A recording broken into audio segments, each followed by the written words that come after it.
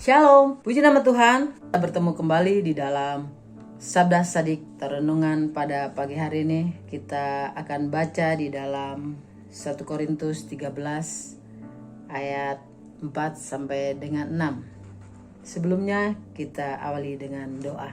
Allah Bapa yang bertahta dalam kerajaan surga, kami selalu mengucap syukur sebab Engkau baik dalam kehidupan kami. Sebentar kami akan membaca dan merenungkan akan firman-Mu. Kiranya firman-Mu itu menjadi pedoman di dalam kehidupan kami dan menerapkan di dalam kehidupan sehari-hari kami ya Tuhan. Terima kasih ya Tuhan Yesus. Dalam nama Tuhan Yesus, haleluya, amin. Kita baca bersama-sama 1 Korintus 13. Judulnya di atas adalah kasih. Kasih itu sabar. Kasih itu murah hati, ia tidak cemburu, ia tidak memegahkan diri dan tidak sombong. Ia tidak melakukan yang tidak sopan dan tidak mencari keuntungan diri sendiri. Ia tidak pemarah dan tidak menyimpan kesalahan orang lain. Ia tidak bersukacita karena ketidakadilan, tetapi karena kebenaran. Kasih itu sabar. Bagian ini mengatakan bahwa kasih itu sebagai suatu kegiatan dan kelakuan, bukan sekedar suatu perasaan batin atau motivasi. Segi-segi kasih yang beraneka ragam dalam ayat-ayat ini menunjukkan sifat Allah Bapa, Anak, dan Roh Kudus. Setiap orang percaya harus berusaha untuk berkembang dalam kasih. Belajarlah kepada anak-anak ketika mereka bermain bersama-sama dengan teman-temannya. Kemudian mereka berselisih paham dan berantem atau ngambek-ngambekan, rebutan mainan.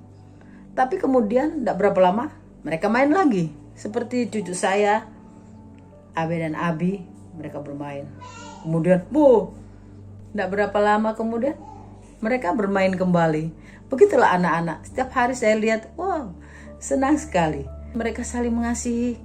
Ketika saya marahin adiknya, kakaknya bela. Wow, luar biasa kakak adik ini.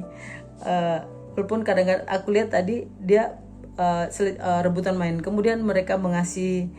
Begitu juga dengan kita orang dewasa, kita harus belajar kepada anak-anak. Alkitab juga mengatakan belajarlah kepada anak-anak. Seperti mereka itu bermain, tetapi tetap mereka langsung mengampuni, mengasihi, dan main bersama-sama. Tidak ingat apa yang terjadi tadi. Dalam Alkitab dikatakan tidak menyimpan kesalahan orang lain. Haruslah kita selalu berdasarkan kepada Alkitab. Kita harus mengampuni, mengasihi musuh-musuh kita. Memang sangat berat itu ya.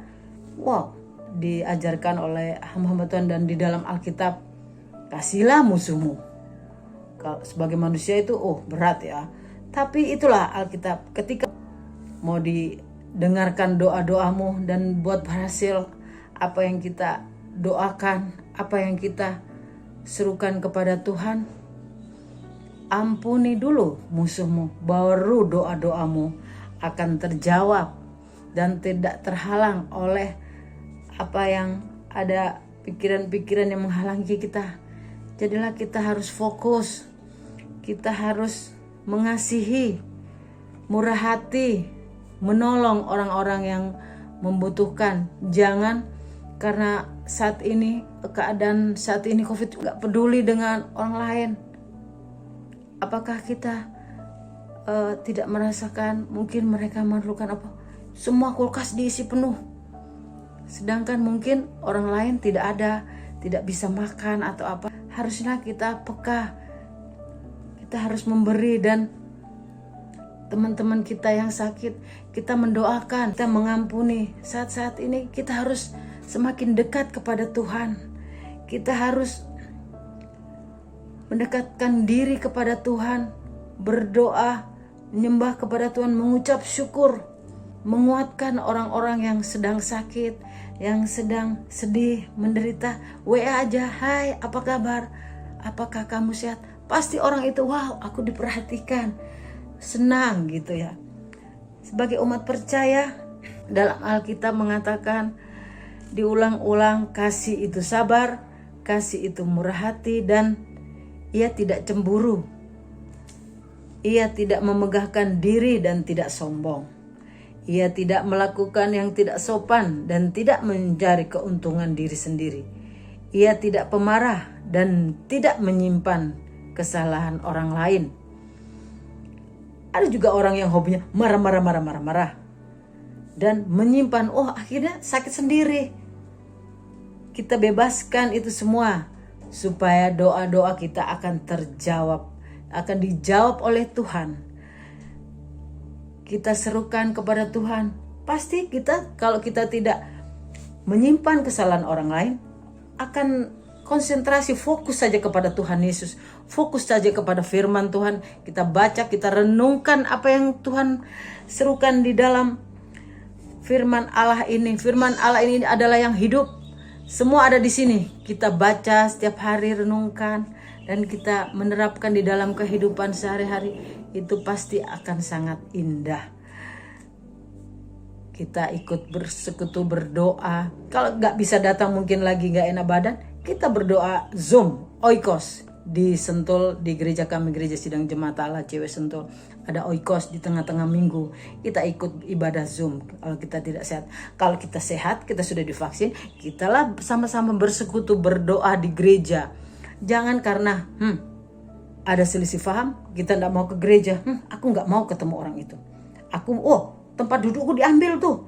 Janganlah, memang duduk mau dibawa itu. Jangan. Tetap fokus kepada Tuhan. Pergi ke gereja. Ampunilah kesalahannya. Tetap mengampuni. Pasti Tuhan membuat kita damai, sejahtera, sukacita. Itu saja renungan firman Tuhan saya. Bahwa tetap mengasihi sesama kita. Pasti Tuhan akan menjawab seruan doa kita. Dan ada damai sejahtera di hati kita. Amin. Shalom.